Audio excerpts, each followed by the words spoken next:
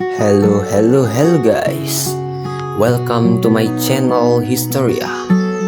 Dan pada hari ini saya akan membuat video terkait dengan sejarah Eropa dan penjelajahannya suatu saat nanti. Jadi ditunggu part kedua.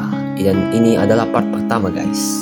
Untuk part pertama, kita akan membahas tentang peristiwa penting di Eropa dan pengaruhnya terhadap kehidupan masyarakat Indonesia suatu saat nanti, yaitu reformasi gereja. Namun sebelum lanjut, jangan lupa untuk menekan tombol like, subscribe, and comment untuk mendapatkan video-video update terbaru agar menjadi bekal di masa depan dan dapat menambah wawasan bagi kita semua. So, see you in the video. Reformasi gereja. Seperti yang kita tahu, di zaman Eropa pada kala itu, tepatnya pada tahun 27 sebelum Masehi, Kekaisaran Romawi berdiri. Di bawah pemerintahan Octavianus Augustus, Kekaisaran Romawi menjadi kekaisaran yang sangat besar hingga ke Afrika Utara dan sebagian Afrika Barat.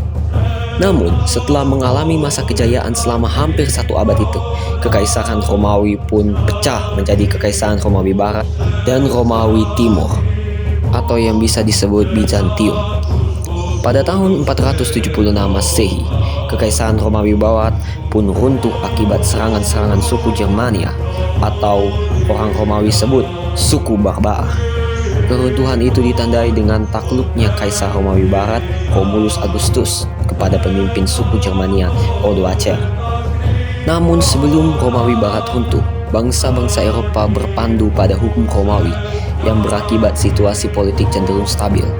Namun akibat dari Romawi Barat yang runtuh, berakhirlah masa keemasan Eropa sehingga muncul Dark Age di Eropa. Dan abad ke-8 itu berlangsung selama 10 abad. Ciri-ciri daripada Romawi Barat yang telah runtuh dan tidak mengikuti aturan yang berlaku ini, pertama yaitu feodalisme. Seperti yang kita tahu bahwa feodalisme yaitu sistem di mana tuan tanah dapat menguasai seluruh wilayah. Dan yang kedua yaitu dominasi gereja, yang dimana hal ini pendeta menguasai banyak sektor bidang di wilayah-wilayah manapun sehingga membuat manusia seperti terenggut jiwa kebebasannya dan membuat mereka menjadi pasif. Nah, ciri yang kedua ini adalah ciri yang sangat tidak sehat dan tidak baik karena mengajarkan hal-hal yang menentang kekuasaan keduniawian yang dipegang oleh pendeta-pendeta dan kekayaan yang diperoleh oleh uskup-uskup dan yang lainnya. Seperti contohnya mereka harus menganjurkan hidup miskin. Jadi para pendeta ini menganjurkan untuk hidup miskin kepada para rakyat kecil seperti yang dijalankan oleh Yesus Kristus.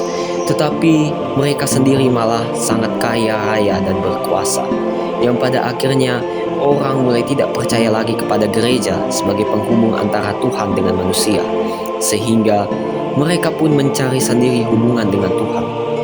Walaupun orang-orang humanis menerangkan bahwa ajaran gereja Kristen ada yang tidak disebut dalam Injil dan bahkan ada yang bertentangan dengan Injil, tetapi karena buku-buku itu dituliskan dalam bahasa Latin, rakyat umumnya tidak mengetahuinya. Banyak beberapa hal yang sangat tidak manusiawi dilakukan oleh para uskup maupun pendeta terhadap rakyat-rakyat yang tidak tahu apa-apa, seperti surat pengampunan dosa, yaitu penghapusan hukuman sementara yang akan diderita di dunia dan di neraka. Dengan membeli surat itu, dikatakan bahwa dosa pembeli akan diampuni. Riwayat surat pengampunan dosa itu sebenarnya bermula pada waktu perang salib. Ketika itu surat pengampunan dijual kepada mereka yang tidak mau ikut perang. Namun penjual surat pengampunan ini malah disalahgunakan oleh para pastor dan gereja-gerejawi yang membuat rakyat kecil yang tidak tahu apa-apa malah dipaksa untuk membayar surat pengampunan dosa tersebut. Pada akhirnya, salah seorang pastor yang tidak setuju dengan penjualan surat pengampunan dosa adalah Martin Luther.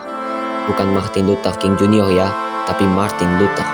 Seorang pastor yang merangkap guru besar pada Universitas Wittenberg di Sachsen, Jerman, di mana ia berpendapat bahwa segala amal baik yang dikeluarkan dari hati yang jahat tidak akan diterima oleh Tuhan. Hanya orang yang percaya kepada Yesus Kristuslah yang dapat diterima oleh Tuhan, menurut Martin Luther. Sebab Tuhan memberi rahmat-Nya untuk menerima hamba-Nya pada waktu Yesus mati di salib. Jadi tiap orang Kristen harus percaya kepada kematian Tuhan Yesus sebagai korban. Untuk orang yang percaya kepada kematian Yesus Kristus sebagai korban, sebenarnya gereja sebagai penghubung tidak perlu lagi. Begitu pula pemberian rahmat melalui gereja tidak perlu, karena Tuhan bersifat memberi kepada siapapun yang percaya kepadanya.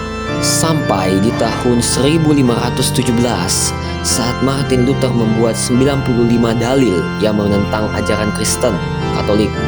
Ia mengajarkan bahwa gereja itu merupakan kumpulan orang-orang yang percaya, yaitu pemeluk agama Nasrani dan Yesus Kristus sebagai kepalanya. Maka dari itu, kepala gereja sebagai paus tidak diberlakukan lagi. Karena ajaran Martin Luther bertentangan dengan ajaran Katolik, maka atas desakan paus, Kaisar Charles V mengundang Martin Luther datang ke Reichstag di Worms pada tahun 1520 untuk melepaskan ajaran-ajaran yang dianggap keliru oleh gereja Katolik. Ia menerangkan bahwa jika ajarannya itu bertentangan dengan Injil, ia sanggup melepaskannya.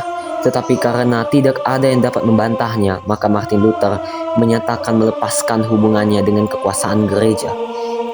Martin Luther sebenarnya telah melepaskan hubungannya dengan kekuasaan gereja sebelum terjadi peristiwa di Worms, yaitu ketika Martin Luther membakar surat kutukan paus. Walaupun ajaran Martin Luther dianggap keliru oleh Reichstag, akan tetapi dengan hati yang telah tabah, ia tetap memegang dalil-dalilnya. Sejak saat itu, ia dianggap musuh negara. Siapapun juga boleh membunuhnya. Dan ketika Martin Luther kembali, ia dibawa oleh Frederick, raja dari Sachsen, dan diberi perlindungan di kota Wartburg. Di tempat ini, Martin Luther menerjemahkan kitab Injil dari bahasa Latin ke bahasa Jerman dan membuat dua akibat yang penting, yaitu pertama, bahasa dan kesusastraan Jerman terdorong penting untuk berkembang lebih baik. Dan kedua, Injil bisa dibaca dan selidiki oleh tiap-tiap orang sehingga mereka dapat mempunyai kebebasan dan pandangan tersendiri terhadap ajaran Kristen. Dan untuk selanjutnya, Martin Luther pun membentuk agama baru, yaitu agama Kristen Protestan. Dari sini kita melihat bahwa kebebasan Renaissance Eropa telah dimulai daripada reformasi gereja ini. Akibat dari reformasi gereja ini pun, banyak ajaran-ajaran yang mulai muncul, seperti ajaran Calvin yang diutarakan oleh John Calvin, seorang ahli hukum yang lahir di Noyon, Prancis pada tahun 1509, dan agama Anglikan di Inggris yang pada mulanya raja-raja Inggris yang memeluk agama Katolik, yang membuat agama Anglikan pun menyebar dengan lebih cepat. Setelah berbagai banyaknya agama, mulai muncul pun gerakan kontra-reformasi atau disebut counter-reformation.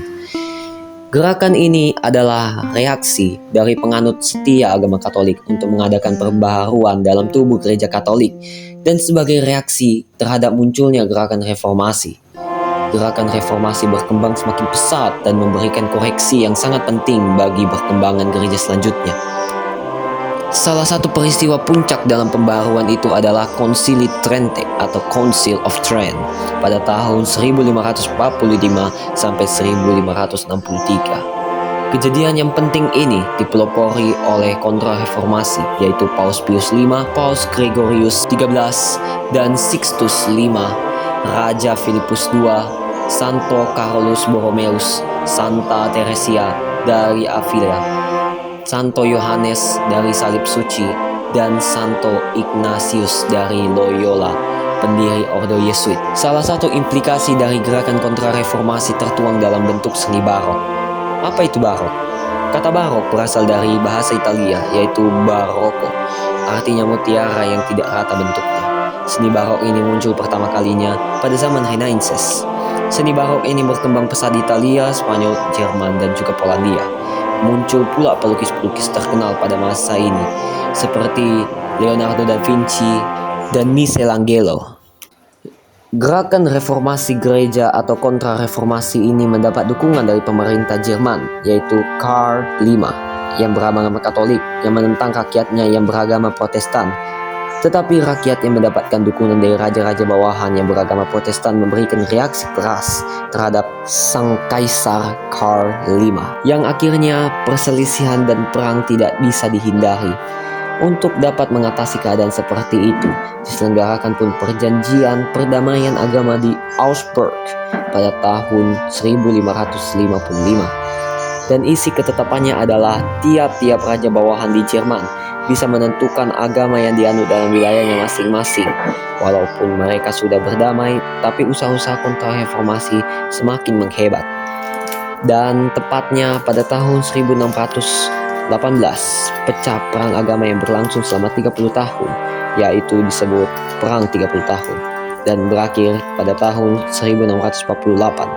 Kemenangan berada di pihak Protestan, dan selanjutnya diadakan lagi perjanjian perdamaian agama di Westphalen.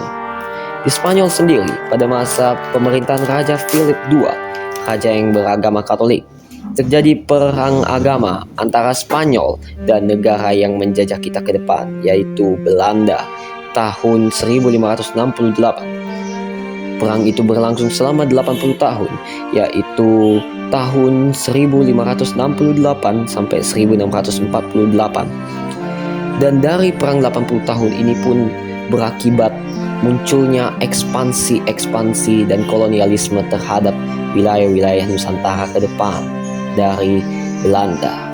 Demikianlah sejarah singkat terkait reformasi gereja maupun gerakan kontra-reformasi yang akan berdampak pada ekspansionisme dan imperialisme maupun kolonialisme terhadap negara-negara Eropa ke depan akibat pembebasan ini.